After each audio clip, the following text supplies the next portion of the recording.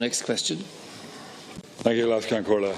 So this question is about the introduction, asking about the introduction of a domestic renewable heat incentive to try and incentivise the biomass industry in the country and to meet their renewable energy targets, particularly in light of the COP21 negotiations as well in the last week.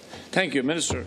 The 2009 EU Renewable Energy Directive set Ireland a legally binding target of meeting 16% of our energy requirements from renewable sources by 2020. It's not without its challenges, as I've been saying, particularly in the areas of heat and transport. The potential of the bioenergy sector to make a significant contribution in this regard is well recognised. I published a draft bioenergy plan in 2014, which was in part designed to capture this potential through the development and introduction of measures to encourage the growth of Ireland's biomass and bioenergy sectors. One key demand-side measure identified in the plan was the introduction of a renewable heat incentive, RHI. Following analysis of various options, including increased carbon taxes, the option with the least modelled cost is an appropriately focused renewable heat incentive, targeted at larger commercial and industrial heat users, at least in the first instance, and not at the domestic sector. As part of the process to design an effective RHI scheme, my department published the first of 3 consultations in July this year to identify a range of technologies in the heating sector. Currently, all responses to this first consultation are under review. 2 further consultations are expected in 2016 in order to finalise the new RHI support scheme, subject to government approval and state aid clearance from the EU Commission. The current Renewable Energy Feed-in Tariff Refit 3, the support scheme, is designed to incentivise the use of biomass and bioenergy. That support scheme has already stimulated growth in the Irish biomass sector, and the SEAI have reported that in 2014 the overall use of biomass grew by 13.2%. There is little doubt that shifting from fossil fuels to sustainable biomass and bioenergy more generally can and will help reduce overall emissions and tackle climate change. Thank you. Deputy Thomas Pringle. Minister, thanks for your reply there. I mean, it's clear that the contribution is going to be solely driven by the commercial sector and the large industrial users, as it seems to be what the department is targeting in terms of incentivising production. But Minister, it's vitally important if we're going to meet our heat targets, and you pointed out earlier on that we're only reaching 6.6% of renewables through the heat sector, that we do need to target the domestic users right across the house. There's over 2 million homes in this country that the vast majority of them are all heated by fossil fuels, by oil and gas. And if you're going to be serious about achieving the targets and about getting buy-in from the public as well in terms of climate change and in terms of meeting our renewable energy targets, you need to be incentivising domestic users. And there is organisations around the country like the Donegal Woodland Owners Cooperative there who are developing models and market streams for wood as a fuel for households, and they would benefit greatly from a domestic incentive that would encourage more farmers to go into forestry, develop that and create jobs as well in the rural sector. And I think it's vitally important that you... Minister.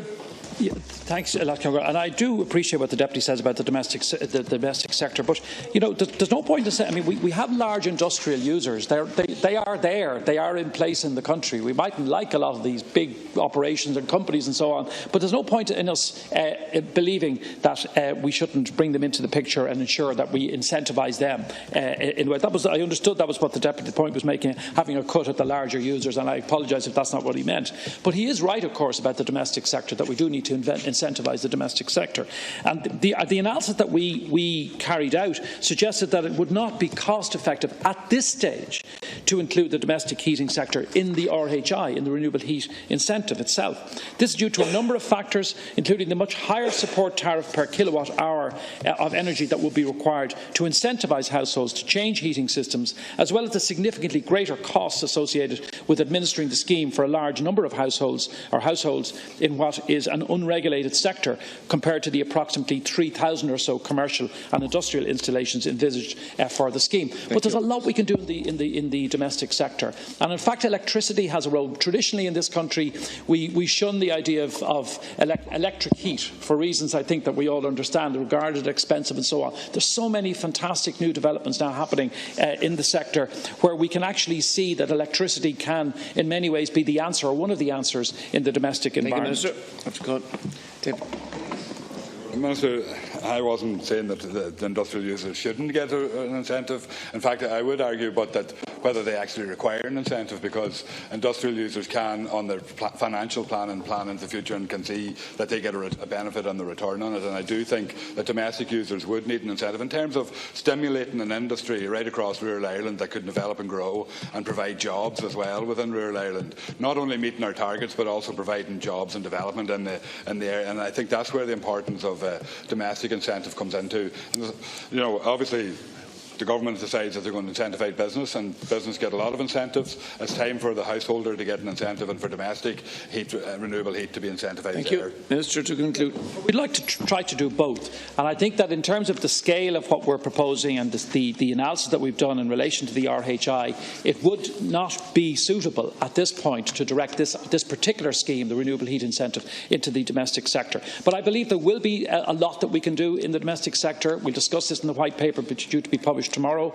We'll be publishing an affordable energy policy early in the new year, with a huge amount of work done there in relation to energy efficiency. There's a massive amount we can do in the domestic sector. I agree with the Deputy. It's just that this particular scheme may not be the most appropriate one to address the domestic sector. But biomass will definitely have a role to play. Thank you. Deputy Richard Boyd Barrett has the next question.